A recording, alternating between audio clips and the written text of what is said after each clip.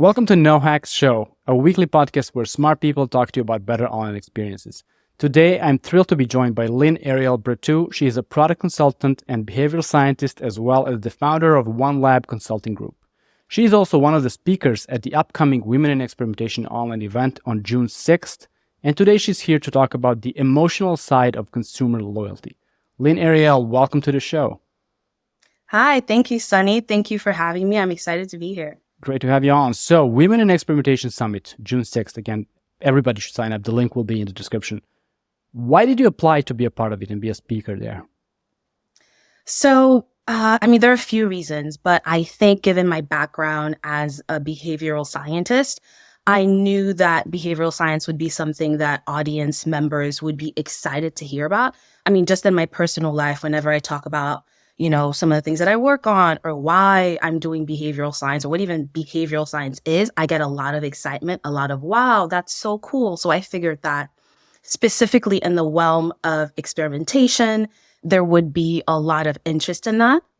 And I do think in general, psychological principles are not talked about enough in the business space, in the digital experience space. So I figured that it's very important to give marketers, businesses, product managers a lens to be able to optimize the experience and make better products and services. Couldn't agree more. And yes, behavioral science, it's something that everyone is at least interested in. When you say I'm a behavioral scientist, oh, tell me more about that. So why do you think events like Women in Experimentation are so important? And what do you think the long-term effect will be of an event like this? So there's one thing I'll add too, in terms of why I even wanted to be a part of this conference. Is also because I do want to, become a better speaker. And specifically Women in Experimentation, their mission is to be able to, and their vision is to be able to give everyone a platform regardless of your expertise level, whether you're a newbie or whether you're, a mature speaker, so to speak. They're not just going to have the same people speak over and over again. They're going to give exposure and a light to people who may not have had that opportunity. And so, another thing that they said is that they wanted to hear from a diverse crowd. They wanted diverse topics. And if you look at the lineup of speakers who are all from all the 5 continents, so the audience, when they come, they're really going to learn something, but hopefully come out of it with a fresh and newer perspective that they potentially would not have if we were all coming potentially just from the States or just from Europe. Well said, because so many of these events, conversion events, or any other industry, it's the same speakers just doing great, killing it on the stage, but it's the same speakers doing it every single year. Let's get some new voices in. That is the message, and of course that will happen with Women in Experimentation. So you will be talking about designing for the irrational. You're kind of a behavioral scientist, like you said. And today let's talk about the emotional side of consumer loyalty. Because I think if you want to have loyal customer, you cannot do that with an emotional aspect. You could, but it's not really going to work. So let's talk about the concept of consumer loyalty and why it is crucial for long-term business success. Yes. So, loyalty in the simple, or at least business loyalty or consumer loyalty in a simple way, it's really a consumer's preference for your product, your brand, or your service relative to a competitor, right? And so what that leads to then is re-engagement, revisits, more consumption of your products over and over again relative to the competitor. And one of the reasons why it's crucial for businesses to have a loyalty, to have a loyal base, a loyal consumer base, it's because it provides a reliable cash flow, right? So if you have consumers that that are going to buy constantly for you, you're able to predict better inventory. You're able to predict at a much higher accuracy rate, right? And also, you're able to grow because consumers that are loyal to your business, at least emotionally loyal, are going to recommend your products to their friends, to their family members. They're going to be strong advocates of your when you think about having a loyal base, there's there's at least a baseline of trust there. And so you can cross-sell, you can upsell. And so penetrating that audience is much easier than it would be if you were dealing with a loyal consumer. I wanted to do a follow-up question there, but I think you just responded. What if it's a one purchase kind of brand that you have? So loyalty through recommendations and things like that is what you should be focusing on, right? Loyalty through recommendations, right? If it's a one-time product or service, they could still be loyal to you by speaking about your brand, by recommending it to folks. Because a lot of times when we think about loyalty, it's not just consumers making a rational decision, they're also making an emotional decision. Right. And so for them to be able to recommend your product to your friends, your family, the journey that they go through before and after, that can speak volume. So even if it's a one-time product and you're potentially not going to get a loyal consumer in that sense where they're buying your products over and over again, they can still be strong advocates for your business. Right. And then you need to work even harder to convince them to believe in your brand, because you only have a few touch points with the customer. They're not going to be buying every month or every 6 months. So I think it becomes even more important, even though that's not really what it seems like. So there are different types of loyalty, like transactional, emotional, habitual. So there are different behaviors of truly loyal customers. Could you talk to me a bit more about that? Yes, absolutely. So yes, when we think of loyalty, it's not, it looks a variety of ways, or I would say maybe 2 ways is how I would say. So I would say there are 2 main categories of loyalty. So you can think about emotionally loyal consumers, so emotional loyalty, and you can also think about transactional loyalty. So I'll start with emotional. So emotional loyalty is where consumers feel an emotional bond to your brand, your business. They feel like they see themselves in you. They're strong advocates. They tell their friends about you, and they're willing to make certain concessions because they feel that strongly about your product, right? So they're willing to make potentially price concessions. They might not need a discount to keep buying from you. They might travel an hour away to get to you because they know that they're going to get a certain standard and because they feel so strongly about you, right? So those are the types of concessions that an emotional loyalty drives, compared to, say, transactional loyalty, which is more like you do something for me, then I do something for you, right? You give me a discount, I purchase. And in that sense, there's no emotional bond. Because with transactional loyalty, it's more out of convenience. It's more out of habit. So for example, I like to get coffee every morning, and there only happens to be one coffee shop in a, 5-block radius. I'm probably just going to go to this coffee shop, not necessarily because I love the coffee. I mean, the coffee's all right, but it's right there, right? And so I go there all the time because it's just happens to be the closest spot to me. So that's what we're talking about, transactional loyalty. I don't necessarily identify with their brand. And, there are high switching costs. So when I think about switching costs, if I were to go to a different coffee shop, one that maybe is 20 minutes away, I'd have to wake up earlier.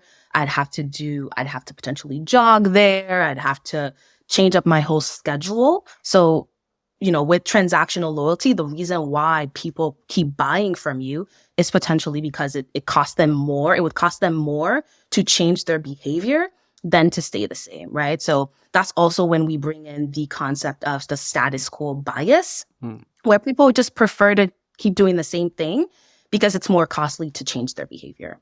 And when we say cost, it could be an emotional cost or physical cost or cognitive cost. Right. So for a brand that doesn't have any kind of loyalty from their consumers, how do they know which one they should be going for? Is it transactional? Is it emotional? Like, what would your advice be? Well, at first I would start with, well, what is your brand about? What is your brand ethos? What is your motto? What is it that you stand for? And I think that way, if you stand for something, and if you develop your brand ethos, it's easier for people to connect with you, to find you, right? But let's say, for example, you're not necessarily interested in having a brand ethos or any of that good stuff. I would say that it's very important to be everywhere, to be convenient, to be where your ideal consumer is, right? That way, you're the only coffee shop in their neighborhood and they're going to come to you, right? Because your coffee's at least decent. And so, you're going to be available.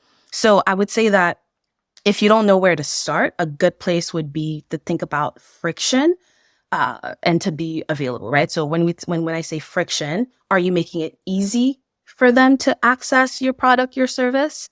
Are you removing any emotional friction, meaning, they don't have to wonder where their package is, right? So let's say I place an order with this new clothing store and I know it's coming from far away, providing that removing that emotional friction of, oh my God, like, where is my package? It's been 30 days. Just letting them know, like, hey, your package is set to arrive 4 to 6 weeks, or actually be even more specific, right? So again, providing, removing as much friction as you can and being where your audience needs you to be. So make it easy for them to be a loyal customer. It is really the best first step.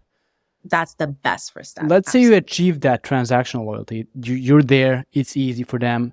How do you go from that, or being a discount brand and they're buying because there's a discount, to a deeper, let's say, emotional kind of loyalty?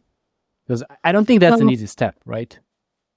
No, that's not necessarily easy. And it kind of, I'm almost going to go back to my first point. So you have the transactional elements down. You are everywhere. You provide a friction-free experience. Then it's where you start to hone in on who you are. What does your brand stand for? What are your values? What are your mission? And then also looking at, okay, well, who are the people that are naturally attracted to the brand? Like, who are my consumers? So that's where you potentially do research through focus groups, through surveys. You try to understand your consumers' needs. What is it that they're trying to feel with your brand? So for example, people refill their tank, their car tank every week. They're not just buying gas because they like gas. They're buying gas because they want that ease of mind, that they don't want to have to worry about, can I get to point A to point B? So think about what's the underlying motivation that's driving your consumer's behavior, your consumer's purchase. And then along the way, try to incorporate these emotional elements in their journey, right? So, and again, like, how does that translate back to your brand and what they want out of a business? Right. So one step at a time, and just be there for the customer and know who the customer is. I think, as generic as that advice may sound, like anything you do optimizing any experience online, like if you don't understand who you're doing it for, good luck. Like, you're going to fail, but I wish you luck. Now, let's talk about your talk at Women in Experimentation Online Summit. So, Design for the Irrational caught my eye immediately. I'll tell you that, because it, as I told you before we started recording, it's a really, really great name for the talk. Tell me more about that. What is it about? Yes. So thank you. I'm glad you love the name. So designing for the irrational, your customers will thank you. Again, that stems a lot from my background in behavioral science as a behavioral scientist. And a lot of what we've learned is that, people don't behave as per your standard economic model, right? People don't always have all of the information. People don't always do what they say they're going to do. And so designing for the irrational is designing for the real, like, how people really think, how people really behave. And it's taking into account the biases, the mental shortcuts that people take. And so, with this topic, I really want to give marketers and businesses and experimenters a different lens, but also a framework to influence behavior change, but to also think about, okay, like, what will the user journey look like now that I take into account that they have an aversion to loss, for example, or that they like things to stay the same, or that potentially they need more social proof, right? They need more people to validate that, oh my God, this is an amazing service. Come here. So what are some of the things that I need to take into account to ensure that I'm designing for how people actually behave and not what I would hope that they. Also, like when you're designing a user journey or a website or whatever, what you think is rational is not necessarily rational for most people. Your ideal customer journey is not rational for for every customer that you'll have. So yeah, I'll just add there. So could you give me some, without revealing way too much from your talk, could you give me some examples of what you'll be talking about, like real life examples? Okay. So one of the topics I'm really excited to talk about is a case study on Uber. I mean, Uber took the world by storm back in, I think it was maybe 2010 or 2008. So I'm really going to like break down, like peel the layers of what makes Uber so successful, why they've been so successful, and how they've really transformed the customer experience from what we knew before, which was, taxis you call and, hopefully they come, to now where they're everywhere and people, they're the main mode of transportation for people. Yeah, that's a great. I cannot wait to hear more about that June 6th, not today. Uber, and if someone told you like 20 years ago, people will get in a car with a stranger and that will be a normal, like completely fine experience that everybody will want to do rather than call a taxi. Unreal, irrational. Unreal. Completely irrational. I think it's the same thing with online dating. I think before they were like, oh, be wary of strangers. They still say that, but a lot of people meet folks online now. So it's sharing information online on social media. Also, like when I was a kid, no, like you couldn't have convinced me that would happen ever. That's the way we operate now because we're irrational. So like one last call to action for the Women in Experimentation Summit. We talked about it, why you applied. Why should the audience of this podcast, why should they sign up and listen to the event? What will they get out of it? I think, people should absolutely sign up for. It's free. Let's just add that. It's going to be free, but mainly because they're going to hear from people that they've potentially never heard of before. They're going to hear a perspective that they potentially never heard of before. And there's a lot of thoughtfulness that went into the, selecting the speakers in terms of crafting the vision and the mission for the conference. And it's primarily going to be women. I believe 7 out of 10 of the speakers are going to be women that are leaders in their field. And so I think it's going to be a great event. I'm speaking about psychology, but I know a lot of other speakers are going to be talking about experimentation and conversion and CRO and things like that. And so I think it's going to be a great event and I can't wait to see everyone there. Hey, is there a better call to action than that? So to people who want to connect with you, what is the best way? Oh, they can find me on LinkedIn. I also have a website, so onelabconsulting.com. They can also find me there. And then if they want to so I also host workshops. So if they're interested in behavior change strategies or how to design loyalty programs, those are also things that I offer. Beautiful. So onelabconsulting.com. All of the links will be in the description, including the Women in Experimentation, your LinkedIn profile, everything. Line-Ariel, thank you very much for being on this podcast. And if it wasn't for Women in Experimentation, I would not have a guest like you. So, it's already making things happen. It's making a change. And to everyone who was listening to this episode, June 6th, go and sign up. The link is in the description. And I will talk to you next week.